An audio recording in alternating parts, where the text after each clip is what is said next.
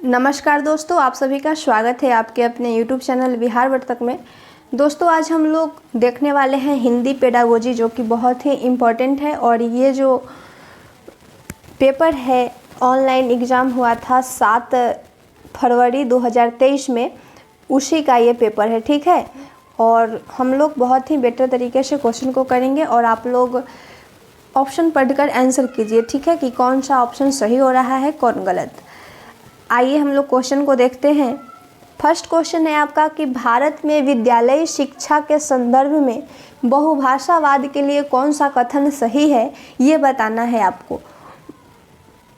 बहुभाषावाद के संदर्भ में जो कथन सही होगा उसे आपको बताना है। ऑप्शन पढ़िए और आंसर कीजिए।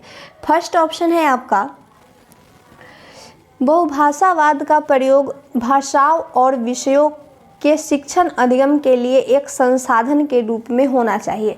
बिल्कुल सही बात है। बहुभाषावाद जो होता है एक संसाधन का काम करता है, जो कि आपको ऑप्शन ए में कहा जा रहा है। आपका ऑप्शन ए जो है वो सही होगा। और ऑप्शन बी में क्या गलत किया, यहाँ पे देखिए। बहुभाषिक कक्षाओं का यह उद्देश्य है कि सभी विद्यार्थी जहाँ तक संभव हो अधिक से अधिक भाषाएं सीख सके।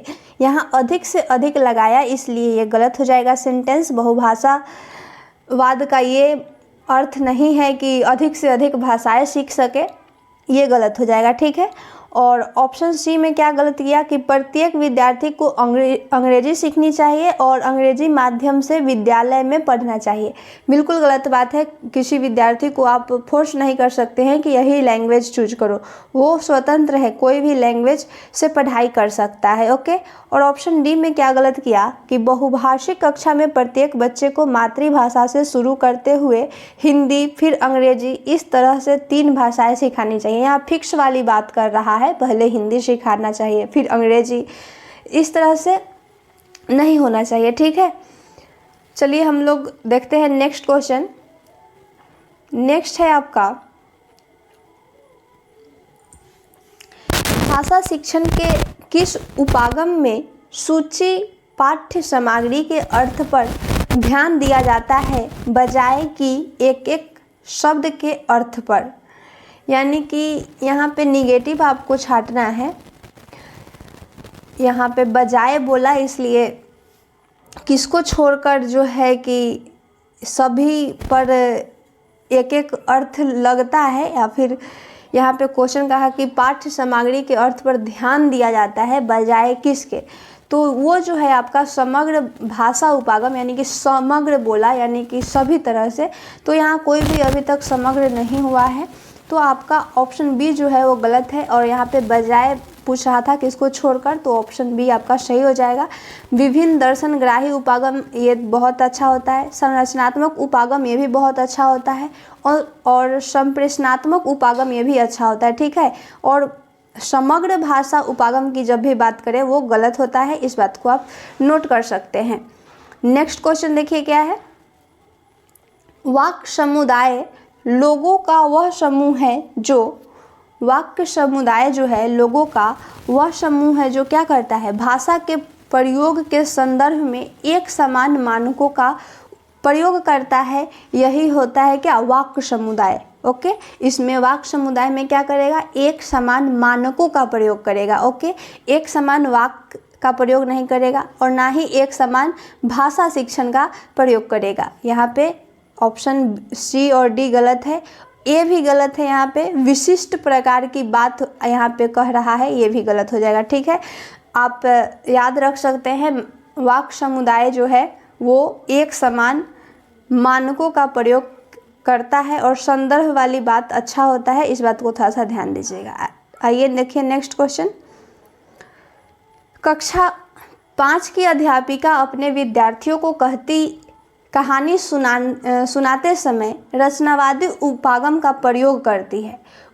उसे अपनी कक्षा में किस युक्ति का अनुसरण नहीं करना चाहिए, ये आपको बताना है। यानी कि निगेटिव बताना है, कौन सा ऑप्शन गलत कर रहा है उसे आप खोज करके बताइए। ऑप्शन ए में कह रहा है कहानी की थीम से संबंधित शिक्षार्थियों के पूर्व ज्ञान का सहारा लेना चाहिए। बिल्कुल सही बात है, ये तो बहुत अच्छा बात है। अगर बच्चा को कहानी पढ़ा रहे हैं और उसके संबंधित उसका ज्ञान का आप सहारा लेकर उसे बता रहे हैं तो बहुत अच्छी बात है। ऑप्शन आपका ए सही है। ऑप्शन बी कहा कहानी के अंत में अनुमान लगाने के लिए अवसर देना चाहिए। ये तो और अच्छा बात है। अगर आप बच्चा को कहानी पढ़ा रहे हैं, कहानी सुना रहे हैं, उसके बाद कह रहे हैं कि अनुमान लगाओ कि क्या हुआ कहानी में, तो ये बहुत ही अच्छा बात है।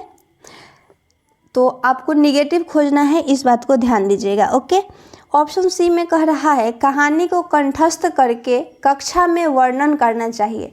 यहाँ पे कंठस्थ वाला बात जो होता है वो गलत होता है, इस बात को आप नोट कर लीजिए। कंठस्थ किसी भी बच्चा को नहीं करवाना है और ना ही स्मरण करवाना है। स्मरण कंठस्थ यही हो गया, बार बार अभ्यास, ये सब जो है वर्ड है ये गलत होता है। इस बात को आप चाहेंगे तो नोट कर सकते हैं। ऑप्शन सी आपको मिल गया, आप निगेटिव खोज रहे थे, यहाँ पे आपको मिल गया ऑप्शन सी गलत है। ओके, और ऑप्शन डी में सही है, पढ़ लीजिए क्या है। कहानी के पात्रों का विमर्श करने के लिए मौका देना चाहिए, ये बहुत अच्छा बात है। तो आपको अच्छा बात नहीं खोजने के लिए दिया गया है क्वेश्चन में, गलत बात को खोजना था। ठीक है, आपका ऑप्शन सी में निहित है। आइए बढ़ते हैं नेक्स्ट क्वेश्चन। नेक्स्ट क्वेश्चन है आपका, निम्नलिखित में से कौन सा भाषा अर्जन के दौरान आरंभिक शब्द त्रुटि का अतिशय रूप में विस्तार का उदाहरण है। अतिशय रूप से विस्तार का जो उदाहरण होता है वो होता है आपका, बच्चे उड़ती हुई सभी चिड़ियों को गौराया कहते हैं। और ऑप्शन बी में कह रहा है बच्चे परवाह के साथ नहीं बोल पाते। और ऑप्शन सी है बच्चे किसी बात को अभिव्यक्त करने के लिए केवल मुख्य शब्द का सहारा लेते हैं, जैसे माँ सेब खाती है। और ऑप्शन डी कह रहा है बच्चे अपनी बोली गई बातों को दोहराते हैं। तो यहाँ पे जो क्वेश्चन कहा भाषा अर्जन के दौरान जो है, जो आरंभ में शब्द त्रुटि जो होता है उसका अतिशय रूप का विस्तार जो है वो सभी बच्चा जो कहता है, वो सभी चिड़िया जो आकाश में उड़ रही है सभी को वो गौराया ही कहता है। यहाँ पे ऑप्शन ए आपका सही होगा। यहाँ पे निगेटिव बोला कि नहीं बोल पाते हैं, फिर केवल यहाँ पे लगा दिया इसलिए गलत हो जाएगा, और यहाँ पे दोहराने वाली बात किया ये गलत हो जाएगा। ठीक है, यहाँ पे आप निगेटिव और पॉजिटिव वर्ड से भी छांट सकते हैं ऑप्शन। ठीक है, आइए नेक्स्ट क्वेश्चन देखते हैं। नेक्स्ट है आपका, भाषा शिक्षण के किस उपागम में अर्थ के प्रति समझ बनाने की जगह वाक्यों के प्रतिरूपों को याद करने पर बल दिया जाता है। यानी कि अर्थ समझ बनाने के जगह पर किसको महत्वपूर्ण दिया जाता है, याद करने पर। तो ये याद करने वाली बात किस में होती है ये आपको बताना है। व्याकरण अनुवाद विधि में नहीं होगा, संप्रेषणात्मक उपागम में भी नहीं होगा, प्रत्यक्ष विधि में नहीं होगा, लेकिन संरचनात्मक उपागम जो होता है उसमें समझ बनाने की जगह पर क्या किया जाता है, प्रतिरूपों को याद करने पर बल दिया जाता है। इस बात को आप नोट कर लीजिए कि याद करने के लिए करने पर बल किसे दिया जाता है, तो संरचनात्मक उपागम को दिया जाता है। ओके, नया नया आपको क्वेश्चन देखने को मिलेगा और कैसे सॉल्व करेंगे इसी को पूरा कॉन्फिडेंस के साथ करना है। क्वेश्चन है आपका नेक्स्ट, देखिए गहन पठन क्या है। आप गहन रूप से पढ़ रहे हैं किसी चैप्टर को, तो गहन पठन कहने का क्या अर्थ हुआ, गंभीर से आप पढ़ रहे हैं, उसको अर्थ समझ कर पढ़ रहे हैं, इसलिए क्या हो जाएगा गहन पठन, गंभीर पठन। इस तरह से आप याद कर सकते हैं कनेक्ट करके। और सरसरी तौर पर जो पठन होता है वो किसी को सुनाने के लिए पढ़ा जाता है, सरसरी तौर पे जल्दी। तो यहाँ पे सरसरी तौर पे पठन नहीं होगा। यहाँ पे जब जो भी स्टूडेंट जो है गहन पठन कर रहा है यानी कि वो गंभीर रूप से पढ़ रहा है, अर्थ को समझ के पढ़ रहा है। ठीक है, नेक्स्ट क्वेश्चन देखिए। नेक्स्ट क्वेश्चन पढ़िए और आप लोग आंसर कीजिए। निम्नलिखित में से कौन सा डिस्क्रिया का लक्षण है? यहाँ पे एक नया वर्ड देखने को मिल रहा है, डिस्क्रिया।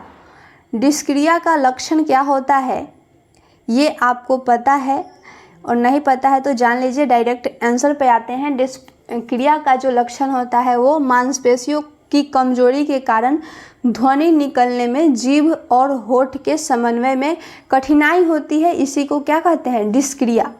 ओके, इस बात को नोट कर लीजिएगा। ये जो आया है आपके सामने ये नया लग रहा है, तो इसे नोट कर लीजिए ताकि फिर आगे आपको देखने को मिले तो कोई परेशानी ना हो। डिस्क्रिया जो होता है क्या होता है? मांसपेशियों की कमजोरी के कारण ध्वनि निकालने में जीभ और होठ के समन्वय में क्या होता है? कठिनाई होता है। आपका ऑप्शन सी सही होगा। नेक्स्ट क्वेश्चन देखिए क्या है। निम्नलिखित में से कौन सा पठन का उपकौशल नहीं है ये आपको बताना है। तो पठन का उपकौशल नहीं है वो है आपका अंतःक्रिया। ठीक है, बाकी सब जो आप देख रहे हैं ए, बी और डी यानी कि संबंधता स्थापित करना, अनुमान लगाना और विश्लेषण करना, ये सब पठन का उपकौशल है, लेकिन अंतःक्रिया करना पठन का उपकौशल नहीं है। आप नोट करना चाहते हैं तो नोट कर लीजिए कि पठन का उपकौशल कौन कौन है। तो लिख लीजिएगा, संबंधता स्थापित करना, अनुमान लगाना और विश्लेषण करना। ओके, ये सब क्या है? पठन का उपकौशल। आइए बढ़ते हैं नेक्स्ट क्वेश्चन में। नेक्स्ट क्वेश्चन है आपका, बहुत ही बेटर तरीके से किया जाएगा क्वेश्चन को। पठन के बारे में निम्नलिखित कथन पढ़कर सही विकल्प का चयन करें। ये कूट है। सही विकल्प कौन है? ए और बी दिया गया है, दोनों को पढ़िए, कौन सही है कौन गलत है इसे आपको चूज करना है। ठीक है, कह रहा है ऑप्शन ए में, पठन एक ऐसी प्रक्रिया है जिसमें पाठ्य सामग्री के सूचनाएं और ज्ञान अर्थ निर्माण के साथ साथ ग्रहण किया जाता है। ये बात बिल्कुल सही है। पठन एक ऐसी प्रक्रिया है जिसमें कि पाठ्य जो है सामग्री की सूचनाएं और ज्ञान अर्थ निर्माण करने के साथ साथ ग्रहण किया जाता है। ये बात आपका सही है। ठीक है, और बी कह रहा है, डिकोडिंग लिखते हुए शब्दों को सही तरीके से उच्चारित करने के लिए अक्षरों के नमूनों के ज्ञान के साथ साथ अक्षर ध्वनि संबंध के ज्ञान का इस्तेमाल करने की क्षमता है। ये आपका डिकोडिंग में जो है लिखे हुए शब्दों का सही तरह से उच्चारण करने के लिए अक्षरों के नमूनों के ज्ञान के साथ साथ अक्षर ध्वनि संबंध के ज्ञान का इस्तेमाल जो है वो नहीं किया जाता है। और यहाँ पे कह रहा है इस्तेमाल करने की क्षमता है, इसलिए आपका गलत है। बी जो है आपका गलत है और ए जो है सही है। तो देखिए किस में दिख रहा है, किस ऑप्शन में ए सही है लेकिन बी गलत है। ऑप्शन बी आपका सही होगा। ओके, आइए नेक्स्ट क्वेश्चन देखिए। कक्षा 2 की अध्यापिका अपनी कक्षा में मुद्रित समृद्ध परिवेश का सृजन करना चाहती है। कैसा? मुद्रित समृद्ध परिवेश का सृजन। ठीक है, वह निम्नलिखित में से कौन सा कार्य करवा सकती है ये आपको बताना है। ऑप्शन ए है आपका, दीवार पर उपयुक्त ऊंचाई पर कहानी और पोस्टर लगाना। यानी कि कह रहा है मुद्रित परिवेश समृद्ध को जब आप सृजन करेंगे तो उसमें जो है कि दीवार पर उपयुक्त ऊंचाई पर क्या करना होगा? कहानी और पोस्टर लगाना होगा। ये आपका बेटर है। कहानी सुनाने से नहीं होगा और ना ही दीवार को सजाने से होगा और ना ही क्या मुद्रित लिपि के अनुसार बच्चों को लिखने के लिए कहना। ये सब आपका गलत जा रहा है। आपका ऑप्शन ए जो है वो सही होगा। आप पोस्टर लगा देंगे कहानी का तो एक मुद्रित समृद्ध परिवेश का सृजन हो जाएगा। ओके, ऑप्शन ए आपका सही होगा। नेक्स्ट क्वेश्चन देखिए क्या है। नेक्स्ट है आपका, नीचे भाषा कौशलों के विकास के लिए कुछ गतिविधियां दी गई है। निम्नलिखित में से कौन सी श्रवण कौशल के विकास के लिए प्रयुक्त की जा सकती है? श्रवण कौशल के विकास के लिए जो प्रयुक्त किया जाता है वो है आपका अध्यापक कहानी में लाए पात्रों और भौतिक आकृतियों का वर्णन करने और उनका चित्र बनाने के लिए कह सकती है। ये आपका सबसे बेटर है। कहानी में आए पात्रों जो होते हैं, कहानी में जो पात्र होते हैं, उनको भौतिक आकृतियों का जब वर्णन करने के लिए कहा जाएगा, उनका चित्र बनाने के लिए कहा जाएगा, तो इससे जो है श्रवण कौशल का विकास हो सकता है। ठीक है, यहाँ पे कहानी पढ़ने के लिए कहा जाए ये गलत होगा। याद रखने योग्य, याद रखना, तो ये गलत है। और यहाँ पे है बच्चे अपने से पढ़ी गई कहानी प्रस्तुत करने के लिए कहा जाए, ये आपका सही नहीं है। ऑप्शन ए जो है आपका सबसे बेटर है, ए कीजिए। ठीक है, नेक्स्ट क्वेश्चन देखिए क्या है। मनुष्य भाषा उसी प्रकार से सीखते हैं जिस तरह से वयस्कों के अनुकरण और पुनर्वलन के माध्यम से अन्य दूसरे कौशल और क्षमताएं। भाषा अर्जन का यह विचार किससे संबंधित है, ये आपको बताना है। यानी कि भाषा अर्जन का विचार जो है वो व्यवहारवादी उपागम से संबंधित है। जैसे कि यहाँ पे बात कर रहा है कि वयस्कों के अनुकरण और पुनर्वलन के माध्यम से अन्य दूसरे कौशल और क्षमताएं, यानी कि यहाँ पे वयस्क की चर्चा कर रहा है, तो समझ लीजिए कि वयस्क आदमी में क्या होता है, व्यवहार होता है। इस तरह से आप कनेक्ट करके याद कर सकते हैं। तो यहाँ पे जो जाएगा आपका भाषा अर्जन का यह विचार जो है व्यवहारवादी उपागम से संबंधित है। इस बात को ध्यान दीजिएगा। नेक्स्ट क्वेश्चन देखिए, नोम चॉम्स्की के बारे में क्वेश्चन पूछा गया है। यहाँ पे नोम चॉम्स्की का यह विचार दिया गया था, यानी कि नोम चॉम्स्की जो है ये विचार दिए थे कि मनुष्य सहजता भाषिक क्षमता के साथ पैदा होता है। ये पॉइंट को आप याद रखिएगा। नोम चॉम्स्की क्या कहे थे कि मनुष्य जो है सहजता भाषिक क्षमता के साथ पैदा होता है। इस क्षमता की किसकी उपस्थिति में परिवेश से जुड़े मौखिक निवेश से समर्थित होने की ज़रूरत है, ये आपको बताना है। तो नोम चॉम्स्की के बारे में जब भी बात करें तो वो जो है भाषा अर्जन उपकरण के बारे में बताए थे। तो यहाँ पे ऑप्शन ए आपका सही होगा। व्याकरण अर्जन गलत होगा, भाषा अधिगम गलत होगा, और अधिगम भाषा ये तो पलट दिया है, ये गलत हो जाएगा। ठीक है, नोम चॉम्स्की भाषा अर्जन उपकरण के बारे में बात किए हैं, ये आप ध्यान दीजिएगा। ठीक है, आइए नेक्स्ट और लास्ट क्वेश्चन देखते हैं। हिंदी पेडागोजी का लास्ट क्वेश्चन है और बिल्कुल बेटर तरीके से करेंगे। ऐसा क्वेश्चन एक बार हो भी चुका है इसी वीडियो में, पिछले क्वेश्चन में। ठीक है, क्या है, बच्चों के अवकाश गृह कार्य के रूप में अपनी रुचि की कोई 10 कहानियाँ पढ़ने के लिए कहा जाता है।